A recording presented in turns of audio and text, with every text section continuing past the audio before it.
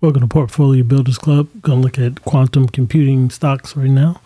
They've been having quite a bit of a recovery here as the market starts to consolidate and maybe move up slightly. But quantum computing is definitely on the rise. So let's just take a look at D-Wave Quantum. This is QBIT, so QBTS is the symbol here. And you'll see that it did hold on the 100-day moving average, which we've now coded as yellow here. And the 200-day is the blue line, and then the red and green line is the 25-day moving average. We have seen movement above all of these moving averages as they all remain in order, still showing an uptrend. So we've moved up, and we've had a nice move. The last day was about 46% move to the upside. So we'll continue to watch this to see if it continues to go and does it actually break out above the previous highs here. Let's see, roughly 1145 it looks like. So we'll just kind of monitor that and see if it breaks out or if it starts to consolidate at that particular point. Let's look at QUBT.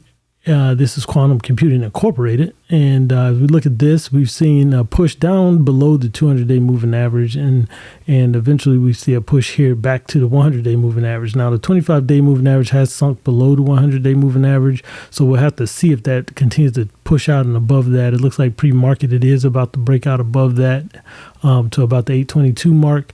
We were looking at about 100% move to get back into this sort of gap in this space here, so you can sort of see that you can get quite a bit of a gain with just a small movement up in this particular stock. So definitely one to watch to see how things go. Next up, let's take a look at RGTI Computing Incorporated, and we see the same thing here, push into the 100-day moving average. The 25-day moving average is still above the 100. This push may cause it to curve back up. Again, we're looking at a 100% move to sort of break out above these all-time highs right here, or at least this recent high right here.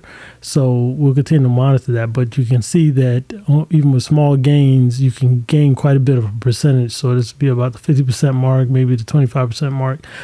So with very small push upward in this particular stock, you'll see quite significant gains. The last day was 28%. All right, let's look at ARQQ Quantum Incorporated ARQQ, and you'll see that this did push way down below the 200, which we consider to be underwater. So this one, if it recovers, will would be pretty significant if it actually pushes above the 100 and the 25-day and everything else. Right now, when we see this, we're pretty much underwater, and we have to see a strong recovery before we can consider this, in an uptrend. So we'll have to continue to monitor this one and see what really happens with it. But if it follows the other quantum computing, it should begin to advance to the upside. Let's see what kind of percentage move it could make. So let's look at just 100%, roughly about here. If it can get out of this area, which, we just consider to be underwater right now. But if it can break out of that, we can continue up and get some of those percentage gains. So we'll have to watch this one. Here we got INQ. So this one again is just pushing up above the 200-day moving average. Now, we did have the 25-day crossover to 100-day moving average here, so we'll have to continue to monitor to see if it can get above that 25-day moving average and continue to push up to the top side here.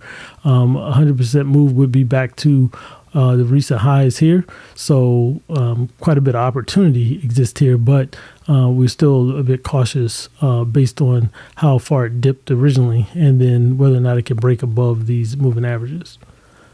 And lastly, here we look at Quantum, Defiance Quantum, and it is above. So here we have a nice strong uptrend. Here's the 200, the 100 is above the 200, the 25 days above that, and we're seeing a push up towards that 25-day moving average. This one, you're looking at about an 8% push to the upside to get up into this range of these previous highs here. So we'll continue to monitor this to see if it's going to continue to make that kind of a move. So let's just look at some of the quantum computing stocks. You might look at some larger companies like NVIDIA and others, but these are just some small cap that you can look at and see some opportunity.